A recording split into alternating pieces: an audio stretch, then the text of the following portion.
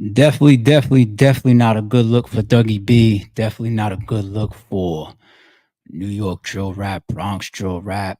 His whole team that's up and coming, aspiring young stars and young artists. There's rules to the streets. There's codes and there's ethics to becoming a real man, to being a sturdy and a upholding stand up guy. We're going to look at this from multiple angles. We're going to look at this based on his response, and we're going to look at this based on just a general allegation that the internet is putting on this young man. This is probably a more serious blog. It's time for that. Every once in a while, we're going to build. But it's always something, right? Let's get to it. Don't confuse silence with work ethic. I'm a boss, making decisions my first fetish. The verse cherished is perfect, that's a reverse blemish. I dropped it, connected the block, learn Tetris. This is the Sorry True Podcast. Welcome to the house of Red Breed. And shout out to the members.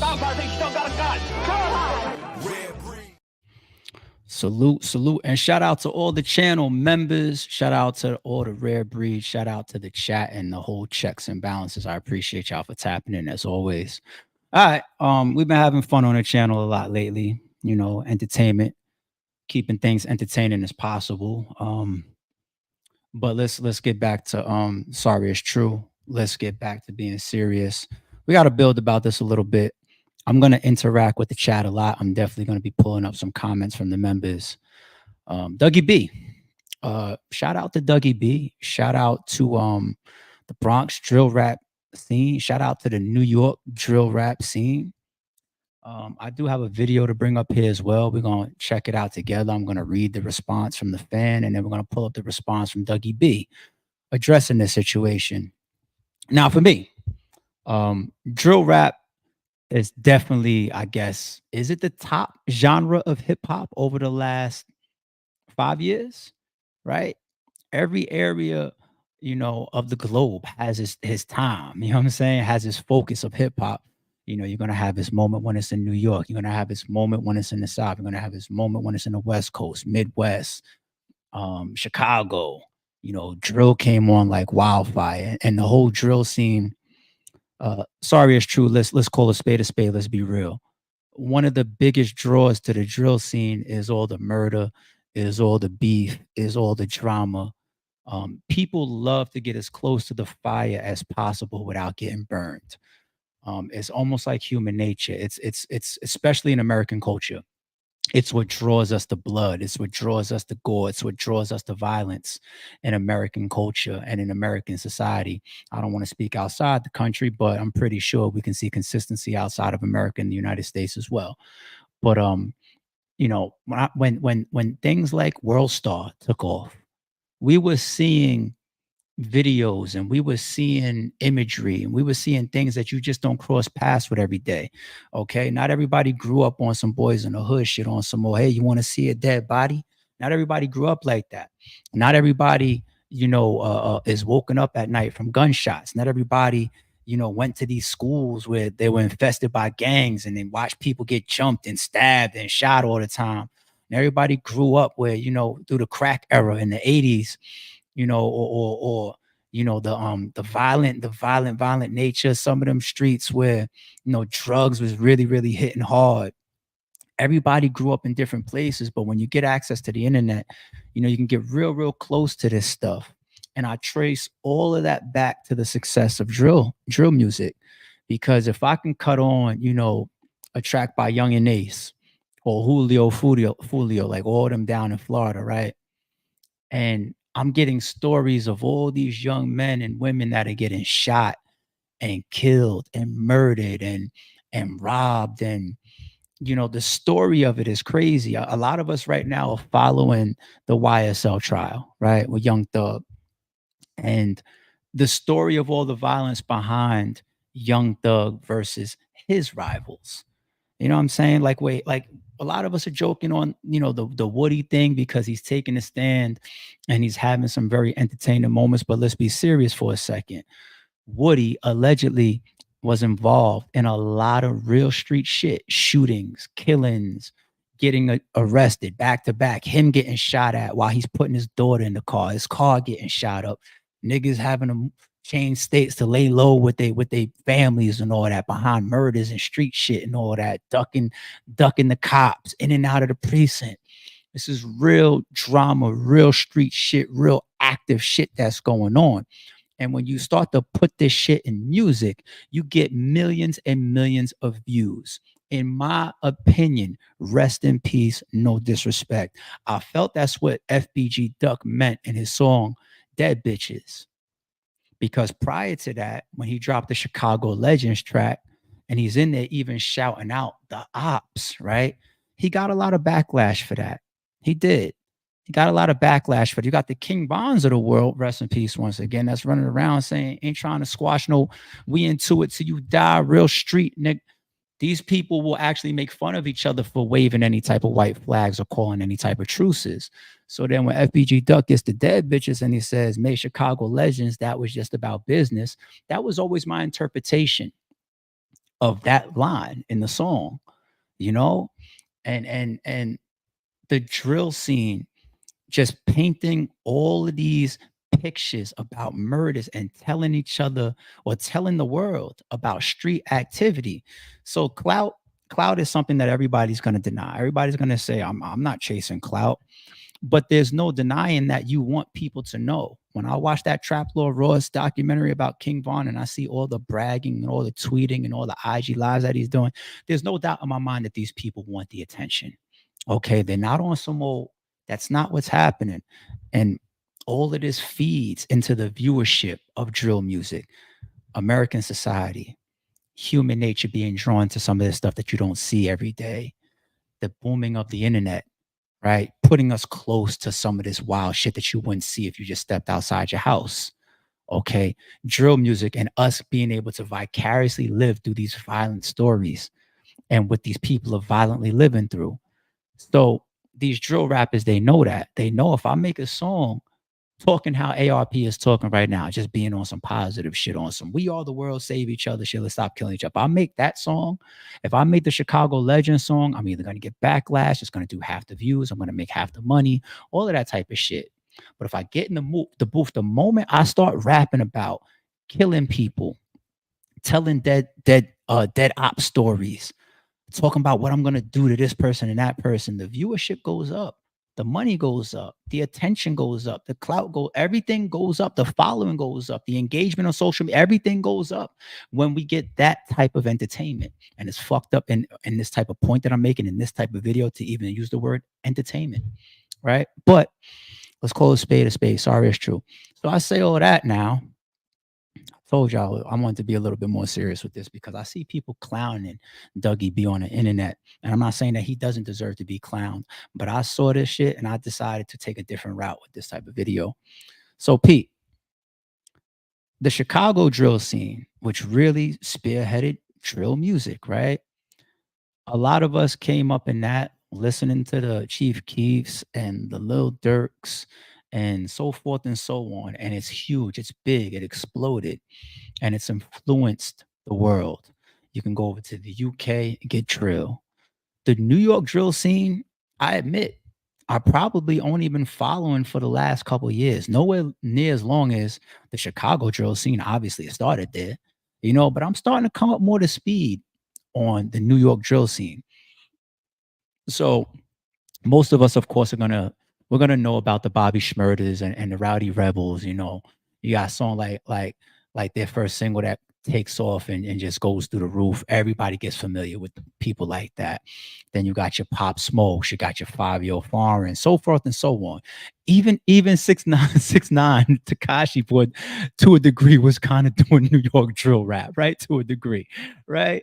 So you know, the spotlight when it comes to drill is definitely on New York, and it's definitely being accepted. You see what I'm saying? You see videos like when 5-Year Foreign, you know, goes to O Block with King Von and they do their song, and he's talking about his GDK on my back and all that type of shit in his bars.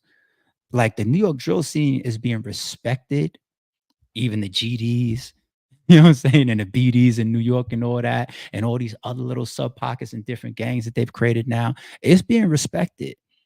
And these little young niggas is wild as fuck. Wild as fuck. So when it comes to the I guess the obvious names, the ones that was really, really making big hit music and whatnot and these big record deals, I probably started to get a little bit more tuned in some of these young guys probably after K Flock. With him, shooting somebody outside allegedly, getting I think he's still in jail for that right now. Like he was probably the first one that made me put my eyes on drill rap as it pertains to New York. Right. And we could sit here for days and start to go through the scene of New York drill rap. And I'm still even getting more in depth in it and learning more and more about it, trying to catch up to it the way that I know the Chicago scene. Y'all could keep hipping me to stuff, tweet me, send me more artists to pay attention to. Send me more stories you want me to cover. But Dougie B is one of these people that I'm familiar with now from the New York drill scene. So now that I'm more and more familiar with these young guys, this story comes out, and I started paying attention to it. So if you see the thumbnail to this picture, and even if I bring up this video right here or this Instagram post right here, this is when I initially started paying attention to this story, right? And this is all recent stuff. So this went up and started going viral around the internet. You know what? Let's make a bigger joint. And the story is this young man on the left. He's you could say the wrong place at the wrong time, or you could say the right place at the wrong time because his story is he was there getting a haircut, right? But anyway, Dougie B supposedly one of his favorite rappers, and you can even see during this picture how how ecstatic the kid looks. Like he does look very, very happy to be there, right? But if you look to his right, now of course, sometimes a picture could say a million words. And what people are really, really focusing on is Dougie B staring at the money for a couple seconds prior to turning into the camera and taking the picture with his fan. Okay. Off camera, this kid ends up getting robbed. And I don't have to even say allegedly because even Dougie B has a video that we're going to pull up and he's admitting to this young man standing on his left getting robbed. So let's read the caption that the young man posted up. Yesterday, I was waiting for a cut at Edwin Too Sharp when I seen Dougie B outside and asked him for a picture because I'm a diehard huge fan of him and his music. After the picture, we chopped it up and he gave me his number. And then I said, let's take another video. And he asked me if I had money to show for the video. I didn't think much of it because he's my favorite rapper. Right after that video was taken, his entire character changed and he snatched the money out of my hand and threatened to boom me if I said or if I tried to do something. Coming from a big fan slash supporter of yours, this kind of behavior shocked me because that was all the money I had. And at this point, so I ended up not even getting a haircut and had no way of getting home. Dougie, I need that money back, bro. I'm only 16 years old. So 1K is a lot of money right now. I need to take care of my little sis. That caption is a little bit on the heartbreaking side. And yeah, I'm talking like that because I'm not a promoter of people being done wrong, right? That's not the side of the gate that I want to live my life on. So that caption really, really hits a little bit where it's just like, damn, unfortunate. Now, could he be stretching it? Could the young man even be adding a little bit to it? It's very, very possible. But like I said, Dougie B has a video that we're going to play in a second where even he is admitting to a robbery happening to this young man, right? So very, very fucked up. And I looked up Dougie B as far as like how old he is. Now, part of me wanted to kind of like look for a 20% excuse and see that Dougie B was like 16 years old because these young wild niggas, they be teenagers. Like you look at Dougie B, he doesn't even have a mustache yet. Right. For me, being an older man, being an old grumpy dude, these is to me, these is kids. These is kids because I know what my mentality was when I was these guys' age, let alone 16, the guy on the left. You know what I'm saying? So Dougie B, I believe, is either 22 or 23 years old. At that age, you get less of an excuse for what I'm about to say. You're still young and dumb, still very, very young and dumb. But here's the thing: at 22, you're out of school. A lot of people are possibly done with college if they went to college. A lot of people are trying to enter some type of trade, trying to get, at least if they're not getting into a career, at least get into some type of job, get away from their parents at that age. You know, your early 20s is the time to start getting out and getting into real all out adulthood and responsibility. So at that age, young man, what I will say, based on what your response is going to be to this man saying that he got robbed, actually, before I make this point, let's play it. Let's play it. Let's play it before, because I got a point to make about that. Might as well play it first. The streets, this. Might as well play it first. Hold on, my bad. My bad. Let's get this up.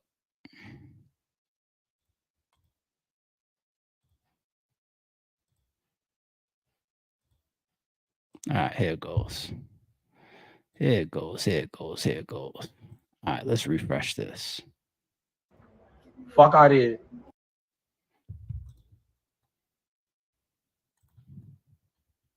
I robbed him, gang. I took the picture with I'm gonna explain myself one time, gang. I did not rob him, gang. I took the picture with him, gang. You're on my block. You're on Demon Terror. The demons walked past, seen it. My demons do what they did. I did not rob you, gang. I don't like. Stop doing that, bro. Stop doing that clout chase and shit. Trying to, and then all y'all supporting that, making me like y'all niggas is day room, and all y'all. Word of my dad, a lot of y'all who know me and trying to be funny is dead pussy. And word of my dad, I will dead rob y'all. Word of my dad. So don't even play with my body. That niggas is dead pussy. I will rob all y'all niggas. Fuck. Like, fuck out of here. That niggas is day room. Y'all niggas is day room, bro. Word to my dad, gang. Y'all not on my timing. Me, y'all not on my me and my niggas timing. Y'all don't want to up it. Suck my dick. I did not rob that little nigga. That's it. Now, let me get back to my move. Hey, shout out Bay Swag. Okay. So that's Dougie B's response. To Dougie B's response, this is what I would start by saying. It's not good, first of all, to say I did not rob him, but everybody that's on the internet talking shit, I will rob y'all. That doesn't sound good, homie. And I'm not talking to him like I know him or he's definitely going to watch this. But this message that I'm saying here is also much bigger than Dougie B. He's one person. It's for everybody that ever clicks this video. That's not smart at all to say. And it is a little revealing to say anybody that's joking on me or clowning on me, I will rob you. Okay, so a little bit more on the character side, even for gangsters, right? Now, of course, certain men will say like burglary is a very, very low form of robbery, right? You got certain gangs, certain hoods, certain people, certain cliques, certain characters that don't even believe in burglary, right? They just feel like it's very, very low. Robbery is another one that, based on who you are, some people have codes against robbery. You got people that just say, get it how you live. Then you got other people that'll say, robbery just means that you're broke. Making a way for yourself shows how much of a man you are. It's much, much harder to obviously go out there and earn, opposed to just seeing something that you didn't earn and trying to take it, especially by force, right? But this is the world that we live in. This is why everybody protects themselves, right? Or attempts to protect themselves.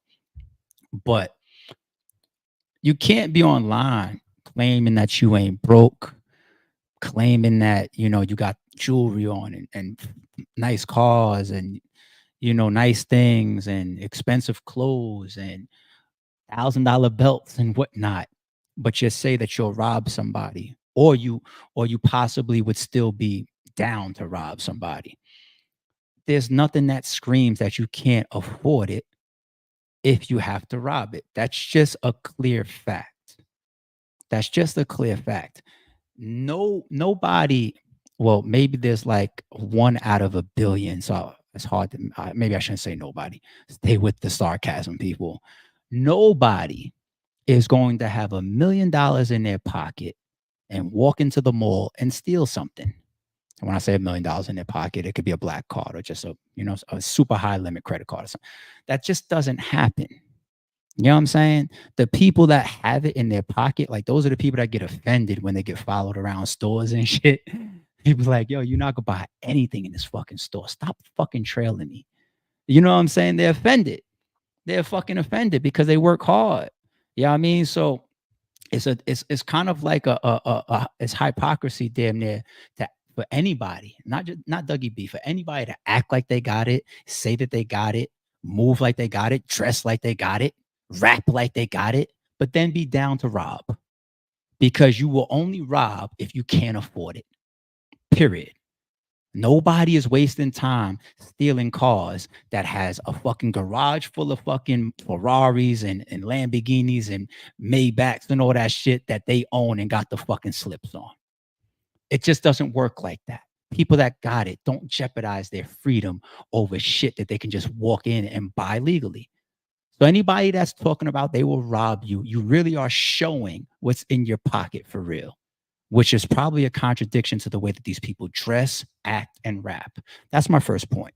Second point is on some real grown man character shit. And once again, I feel like Dougie B is old enough to possibly live by these codes. Now, let's take the man's word for it in his video, whether we want to believe him or not. Just take the man's word for it.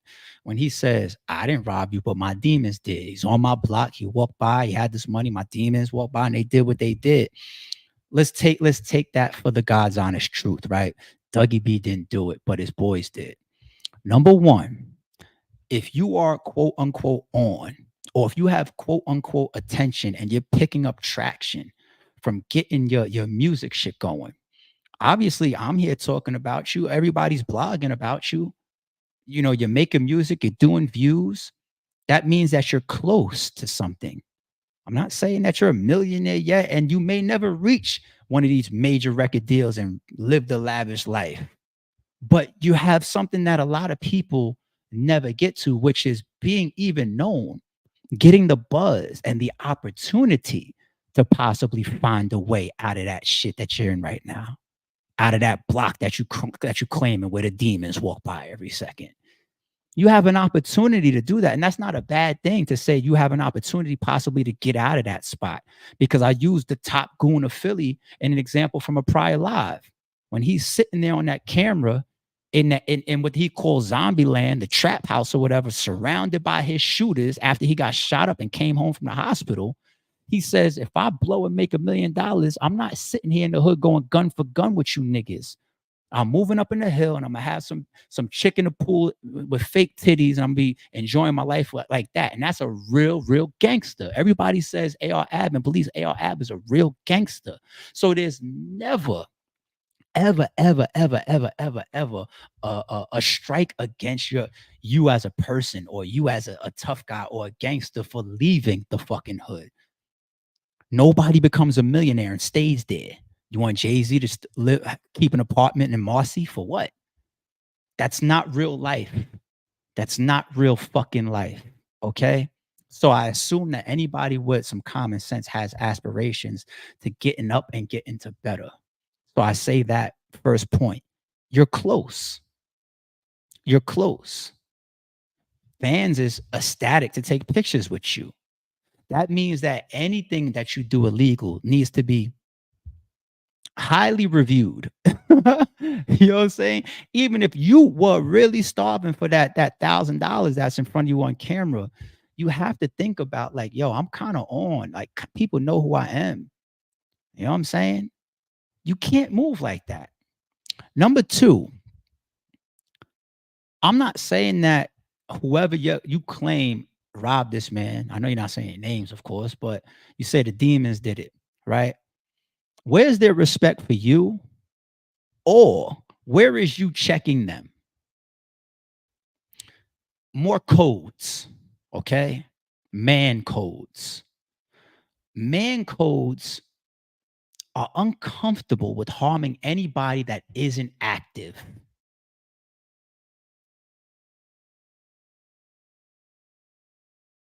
I had to pause on that. Like, that's real man shit. There is no respect, no appreciation, no love for gangsters or street niggas that get active on unactive people. You have an enemy that does the same thing that you do, gang bangs, wants to live a street life, wants to be into all types of illegal activity, robbing people, shooting, whatever. Those are your targets. Go rob them. Those are the people that you could hurt. And even the cops, they don't give a fuck when y'all kill each other, unfortunately. Right? But civilians, fuck street code, because street code, some people will prove to you that it's a myth. Right? I don't give a fuck whether you fucking Troy Ave or Sammy the Bull. Some people will fucking prove to you that the streets is a myth. Okay? Let's just talk about man code. And not all of us were raised by men. So each one teach one. You don't pull shit or even allow for shit to be pulled, number one, on people that could disrupt your momentum to getting up and getting out. And number two, that ain't active in the shit that you active in. Damn sure ain't a street nigga, because he's there on the block, surrounded by the demons, as you say, pulling out cash. Pulling out cash. 16 years old. He's an idiot too. But he doesn't necessarily deserve that, even for his mistake. Because even if you surrounded by the gangsters, you're supposed to be like, no, leave him alone. Leave him alone. Give him his money back. He ain't over here for none of that. He ain't on nothing. He ain't on shit. He ain't in the streets. He ain't on ops. As a matter of fact, past the man code, he's my fan. And this $1,000 damn sure ain't worth a million bloggers making fun of Dougie B right now, in the midst of his buzz and him trying to get up and out. You know what I'm saying?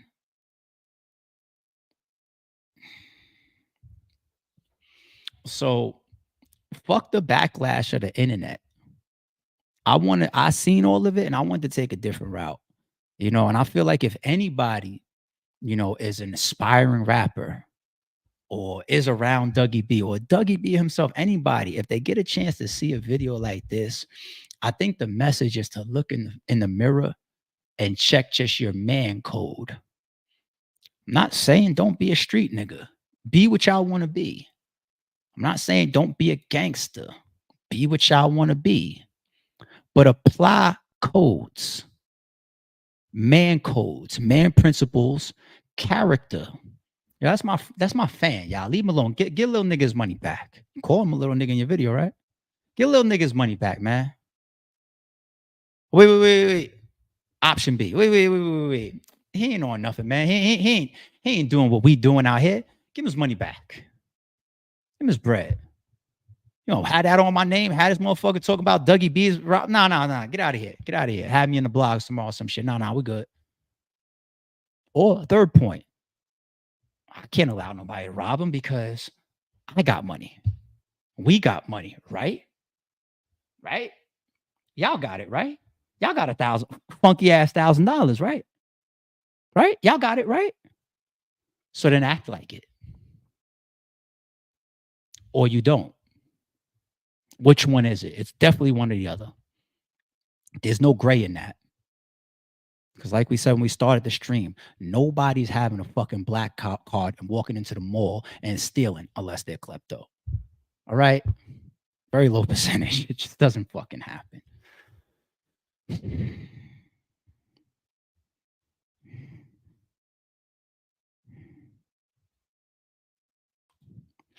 Shout out to the mods in the building. Thank you, Queen.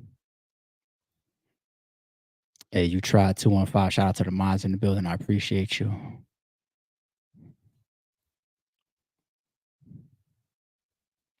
More mods in the building. We in here. Peace, chat.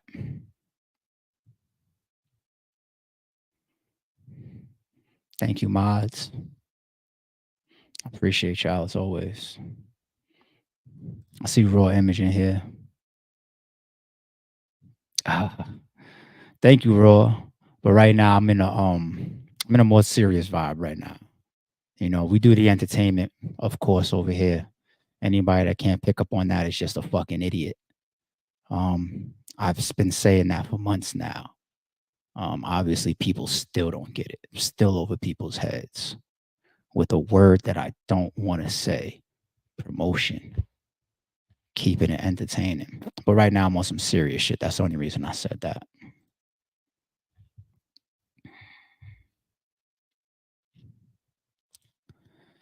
They do exist. What a person wears is not a reflection of what's in their pocket. Um, people will go crazy. People will go crazy to get their hands on designer by any means. They'll get it for birthday gifts. They'll get it for Christmas gifts. All types of shit. You know, ask their girlfriend, ask mommy for a belt or whatever. And that same, you ever see people where it's like, yo, I've been watching you wear that same belt in a million different pictures for 10 years. That's a sign. And there's nothing wrong with that. You could have one belt, one designer belt, and that's the only time you're flashing me that designer belt, and it's the same one. There's nothing wrong with it. Not everybody has it. There's no knock on those people. But what I'm trying to say is it's symbolic to a person's reality. Right. And that's where you start to separate the fraudulence from that person really has it. Right. Because once again, you can get a fucking Louis, $1,000, $2,000, $4,000 Louis belt or whatever for Christmas and wear it in every single Instagram post. That means that you are a regular Louis shopper? No. You know what I'm saying? It doesn't. It doesn't. So, you know, people put on that social media and that Instagram show, obviously a mile a minute. But a lot of these people are not where they want to be. And that's not something to joke about all the time. If I joke on people like that, I'm in some other type, like I'm joking, we on some clowning shit or whatever. We're not being serious. You know what I'm saying? But other than that, you know, I think there's a difference between people that don't have shit versus people that don't want shit. I don't knock on people that don't have shit because you might have worked hard and never caught your break. You may have worked hard and just never got that opportunity. You know, there's another Michael Jordan out there, but he never got scouted. You know what I'm saying? That classic shit of Jay-Z and, you know, the cereal box and all that. Like, there's other Jay-Z's out there. They just didn't get in those rooms. They didn't. The classic saying is who you know sometimes in this world, right? So I don't knock somebody that doesn't have it. I knock the person that doesn't even want it, that doesn't even have ambition, doesn't even have motivation or drive. You know what I'm saying? That's who I put the knock on, right? But you know, the facade, living the facade, you turn around in 5 years has passed. Then you turn around in 10 years has passed, and all of a sudden you're 30 and you've just been living a facade and you haven't laid any groundwork for the second phase of your life, the third phase of your life, the fourth phase of your life. You haven't laid any groundwork for it. And life gets harder the less and less foundation that you have laid. That's why there'd be all those where are they now type of shits. People start getting into their 30s, their 40s, their 50s, and they'd be super fucked up. Right. And I think a lot of these young people, they think that life is all about their teens and their 20s. And I was there. You know, when I was in my teens and my 20s, I probably thought like in the future, like anybody that's in their 40s and 50s and 60s, their life is over. What? You know how many from everybody here that's on the battle rap side, you know how many people that are even some of the highest paid battle rappers or you think all the god tiers are in their 20s? Do you think they're all in their 30s? How many top tiers do you think are still in their 30s? Huh? You got some top tier battle rappers, they're on their Instagram celebrating them turning 40. And that's so dope. That's super dope. You know what I'm saying? Because life is way longer if you take care of yourself and you avoid the bullshit. It's way longer than people think when you're in your teens and your 20s. and you don't lay none of that groundwork, and you realize like all these people in their 30s and their 40s and 50s are balling out of control, are having a good time and taking all these trips and having all this, taking care of themselves and living good and driving good. And I'm fucked up because I was busy living a facade in my 20s. That's how it happens. That's how it happens. I swear on everything. I swear on everything. Just quit. I'm just in mode thinking about this type of shit. I swear on my life and everything I love. This was yesterday, just yesterday. My laptop got fucked up. For you technical people, the BitLocker screen came on, right? For you technical people, I learned what it was yesterday, to be honest. But can't make something like that up. I'm not a laptop geek or nothing like that. But yeah, the BitLocker screen came on when I started my laptop. And I got a lot of files and a lot of shit on my laptop that just wasn't backed up yet. And it's funny too, because yesterday I bought an 18 terabyte drive. And I said, you want to know what it's time to go to every single laptop and every computer in my house and back it up again.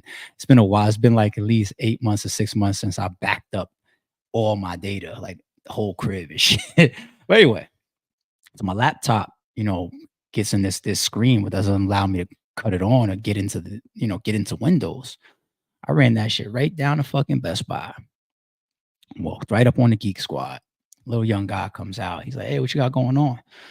Sit down at the table. He sits down next to me. I put my laptop on the table, put my keys on the table, put my phone on the table. Show him the screen. He's like, yeah, boom, right. So go on your phone, log into your Microsoft account. What we're going to do, we're going to go up we're going to find your BitLocker key. Boom, boom, boom, boom. Get you right in. And this motherfucker is he's clicking. Boom, boom. Like he's done this a million times. Boy, oh, shit. Oh, I thought I was dead. I thought I was going to lose everything on his laptop. Boom. You know what I'm saying? I said, yo, how much I owe you, man? He said, oh, no, this is nothing. He did it for free. Like he didn't try to charge me. They didn't have to take my laptop in the back and give me a ticket and nothing to come back later. He just sat down with me and said, how much I owe you? He said, oh, no, it's nothing. Right. So while we sitting there, he's rebooting the machine and he's setting like some encryption setting or something like that so that the BitLocker screen never comes back again if Windows gets into that state. So while it's doing all that, we're sitting there and he looks at my car keys that's on the table and he goes, man, how does it ride? Right. And I said, yo, it rides beautiful. I don't have no problems with it. Maintenance could be like this or, parts is going to be like that. But as far as the car taking care of you, being reliable, being a beautiful, you know what I'm saying? Takes care. Y'all don't got nothing bad to say. Yo, man, yeah, because boom, boom. He's aspiring to certain things. You know what I'm saying? And I see him starting to engage me on that level outside of us just playing with the fucking laptop. So I asked him, I said, what you want to do, man? Like, so this is what you're doing? You're being technical, whatever? And I'm doing this also because he did that to me for free. So I'm taking that as a moment to like repay the karma of it. You know what I'm saying? And so he's like, yeah, I want to do this and I want to do that. And he mentions a couple fields that I'm familiar with. I said, no, you're doing that not wrong, but you could do this over here and it's going to excel you. And then once I start talking, this motherfucker just looking at me like, now he obviously first was buying in to even asking me questions because of my car key. But then after that, once I start talking, he's like, oh, this motherfucker really knows what he's talking about. I feel like I need to pay full. It's everything I start, like the little key points. He pulls out his phone. He starts writing in his phone, taking notes. You know what I'm saying? Of, okay, I use this website, do this, reach out to this person, look into this, try to do that, boom, boom, boom. Cool. And I gave him about a good 10, 15 minutes of just straight conversation and trying to give him some game of some of the areas that he was interested in and how I felt like I had experience in certain areas of that and how he could help get some money. Because he was like 22, 23 years old, same age as Dougie B. So once again, to me, I know what it's like to be that age. You know what I'm saying? And wanting to make sure that you on a path to getting certain houses and certain cars and certain things. And you know what I'm saying? Like your mind is, at that age.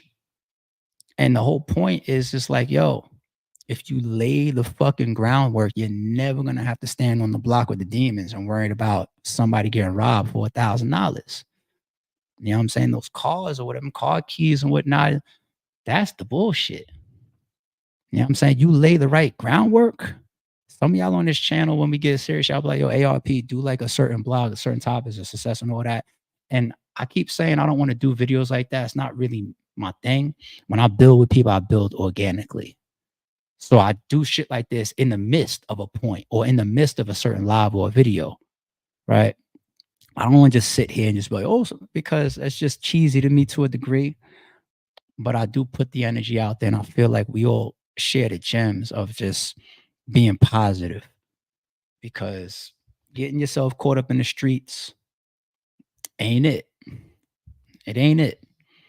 It really ain't it. That's not the energy I'm gonna be on this channel giving out to y'all. I ain't here to promote y'all fucking getting yourself caught up and tripped up. You know what I'm saying? Get into those lanes, focus, lay the groundwork. Anybody that thinks it happens overnight, which is why a lot of people is fucking themselves over, they want it fast. They want it now. They think that their teens and their 20s is it. The groundwork that I've laid for myself, the next 30 or 40 years, I could be living on some next shit. There's nothing wrong with that. I wasn't living the way that I'm living right now when I was in my teens. I wasn't living the way that I'm living right now when I was in my 20s. You got to lay the groundwork, and you got to keep progressing everything. Next thing, you turn around and you got that car that you like. You got that big house on the hill that you like. You got X amount in the bank. You know, you're surrounded by the women that's chasing you because of your money or whatever. You taking lavish vacations or whatever. You don't have to rob somebody for $1,000. You walk into any store in the mall, you can buy any fucking thing that you want because you laid the groundwork for yourself. You worked hard, you stayed consistent, and you built something brick by fucking brick. And I'm not even trying to say that on some irony shit, on some old fucking cliche shit. Brick by brick is a motto for a reason. It's my fucking motto. Not just some battle rap shit. So shout out to Dougie B, man. I hope that video came out on a positive note, man. Each one teach one. Stand on man morals as much as possible. None of us are perfect, but be aware that you have to take care of your opportunities with the decisions that you make as much as possible. I fucked up too. In the past, I made plenty of mistakes, but you have to be aware to not fuck up your opportunities. You have to make sure the people around you won't fuck up your opportunities. And you definitely need to lose this mentality of, yo, whoever's got a problem with me, I'll rob you. You got to move yourself to the next level. It starts here. This be the strongest shit right here. Once your mind is set on some shit, you know what? I thought I was going to cut out. I'm going to stay for a second. Once your mind, I was watching a video the other day with Vlad and Boosie.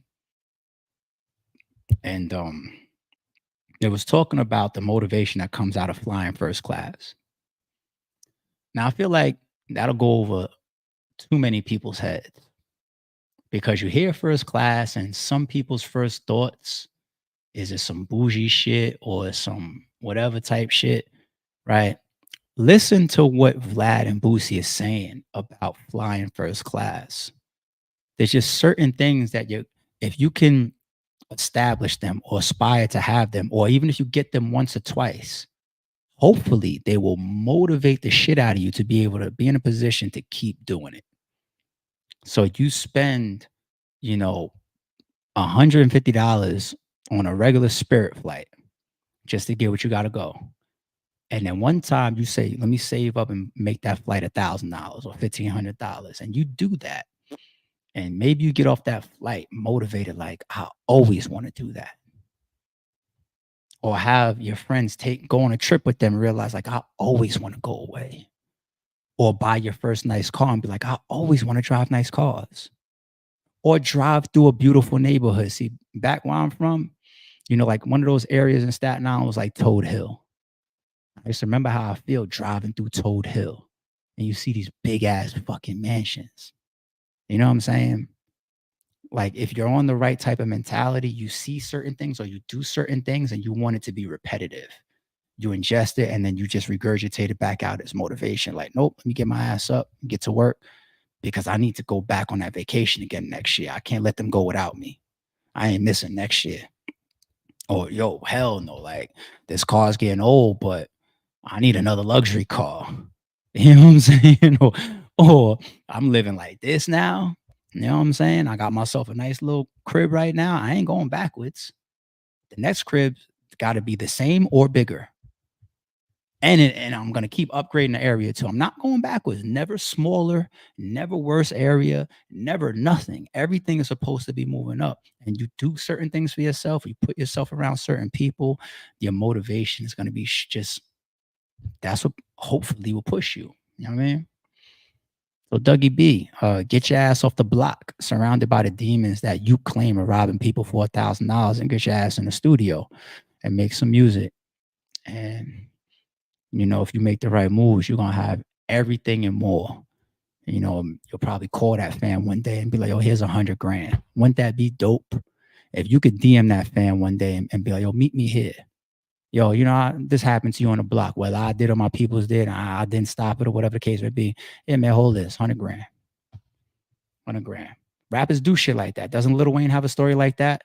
Like the cop or somebody that saved his life after he shot himself in the leg, right? Don't people become millionaires or become successful and they think about shit like that? Let me go back and take care of the person that saved me or bailed me out of jail, or what I'm saying, that kid that maybe we did wrong when I was 23 years old on a block, or I let it happen to him. Get yourself in the studio and get yourself to that point. You know what I'm saying? Because y'all all here for the money, right? Prove it.